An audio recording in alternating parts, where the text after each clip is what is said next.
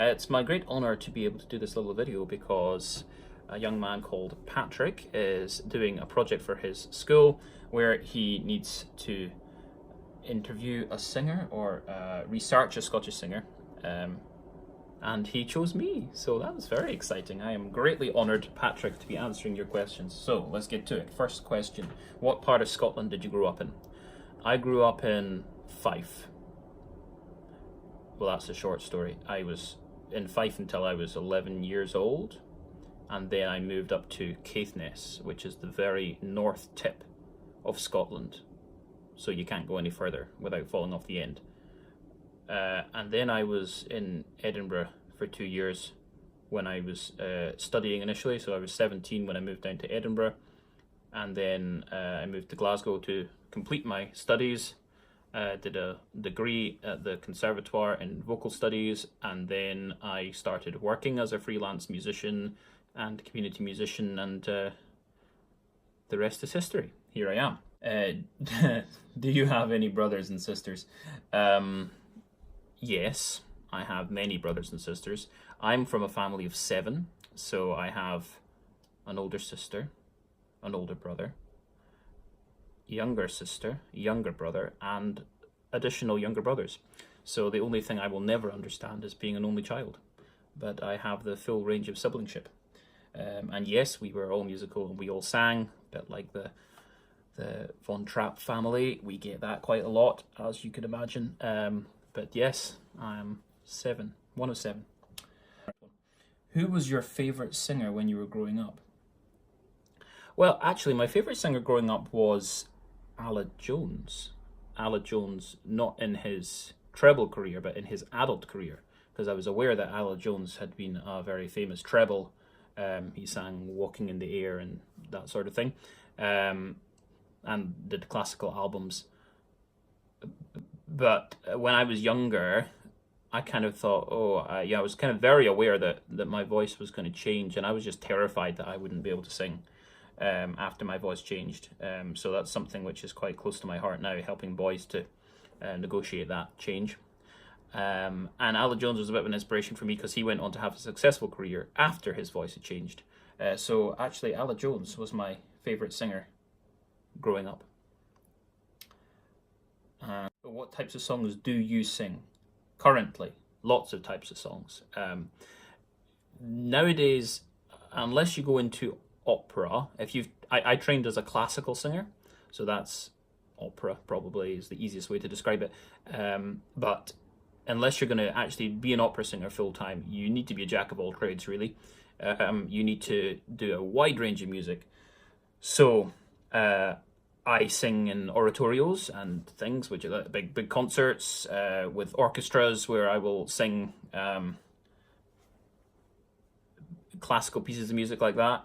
But I have sung for musicals. I was with a group called Mad for Musicals for a few years, who did concerts in venues all over Scotland, singing kind of the rock end, actually, of musical stuff, like stuff from Jesus Christ Superstar, and also the more classical end, like Les Miserables, and Phantom of the Opera, that sort of thing. If it's a good song, then I'm right in there. I don't particularly mind what style it is. And I don't think there's really any style of music which I don't like at all.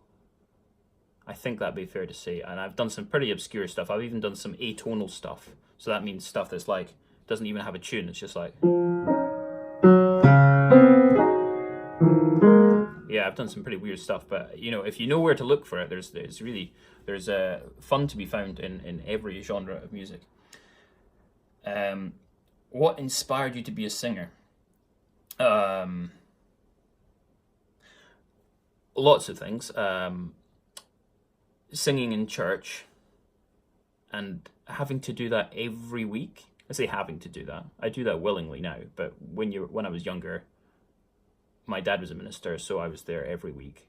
And to make things a bit more interesting, it was fun to sort of improvise harmonies and to try out different things and try singing a bit higher and a bit lower and all this kind of stuff. And so I just had lots of time to experiment. And that was that was a lot of fun. Just learning how to sing by trying different things. One specific thing that inspired me was this note by Aled Jones from his song I Believe. Play off my iPad, so it won't be very good quality, but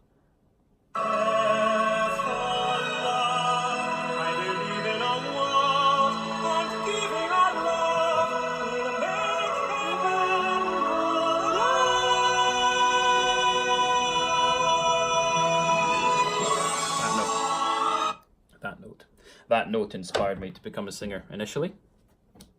Now you know. Thanks, Aled. Much appreciated. How many CDs have you been on? Technically, I've been on hundreds of CDs, but I don't think that's what you mean. I think you mean how many different CDs have you been on? Is it? I don't know. So, I have things like that with my harp. Things like this, which is a song cycle from a famous poem called The Hound of Heaven. Things like, these are actually sold out at the moment. I've been on lots of these. It's backwards probably, but that's called Free. So that's my classical album. So that's done quite well.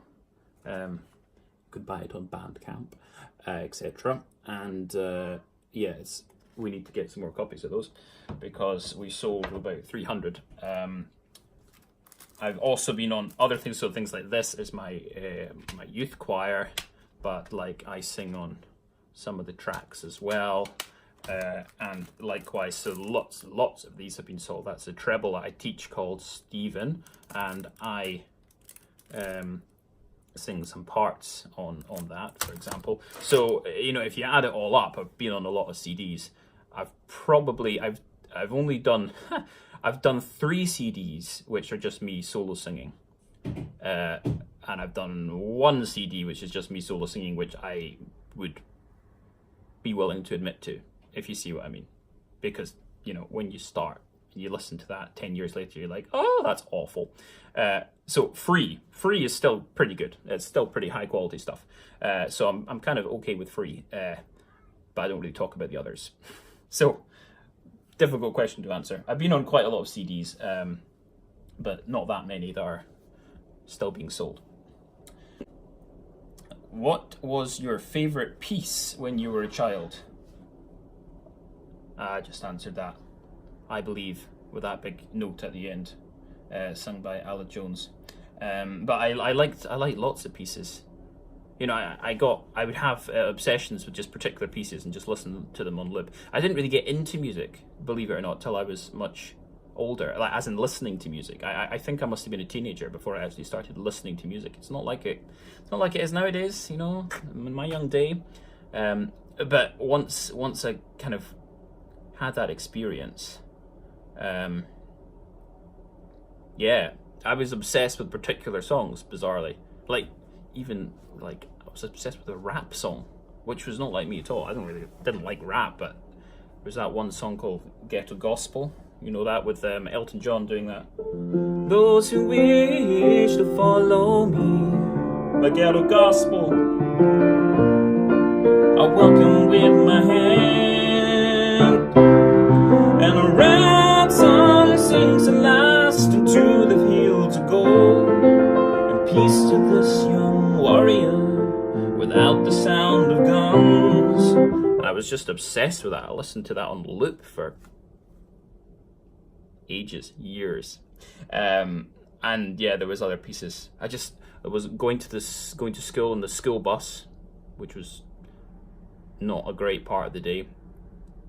But the bus driver would sometimes put on Radio 2, which was great. Radio 1, not so much. But Radio 2 was cool, with Terry Wogan. And this little snippet, I just got this little snippet of a song, and it was something like this. We are sailing to Philadelphia. And then for years I was looking for that song and trying to find that song, because I was like, oh, that's the most amazing song ever written. And then I eventually found it by Mark Knopfler and James Taylor, Sailing to Philadelphia. Just like in a wee kind of country style indie song. I think that's the answer, really. I had different songs that I was obsessed with, but it's quite random. It's quite random. It's quite hard to describe what I like in a song. And I think that's probably true of everybody. You know, you don't always know why you like something. You just like it. It just speaks to you. When you were growing up, did you have a good music teacher? I had lots of good music teachers, but what I will say is that I didn't get formal training until very late. It wasn't until I went to college in Edinburgh when I was 17, 18 maybe, that I actually got real official training for my voice, because if you're going to be a classical singer, you have to train your voice for years, really. So I was quite late to the game, but I think because of that, I hit the ground running. It was really exciting. I just loved it, and that probably helped. I did get some really good training through NICOS, the National Youth Choir of Scotland, so I am grateful for them kick-starting me in my younger years when I didn't have access to a whole lot of stuff. But yeah, I am grateful to the music teachers I had at school, my viola teacher, Della Hickey, and piano teachers, and people that helped me in that way. Can you tell me a funny story about you singing? Ha. Sole, oh sole mio, stan fronte a te. And then you're supposed to go, stan fronte a te. But this is what happened. Stan fronte a te. Or something like that. And it was a disaster. That's called a voice crack. When your voice just kind of goes like that. There are amazing videos on YouTube of top tenor cracks. Hilarious, but very sad when it happens to you, I have to say. So that happened in my third year exam, so almost my final exam for my degree in singing. Sad days. But yeah, the examiner was okay with it. They kind of, I think, worked out what I'd been trying to do. They wrote on the examination thing, final note, brave but miscalculated. So yeah, that's my funny story about singing. It's not that funny, but it's funny when you hear it. Yeah, and that's my video. So thank you so much for watching. I hope this is of some help and of some interest. I've been Matthew Todd, and it's been a real honor to answer your questions. Bye.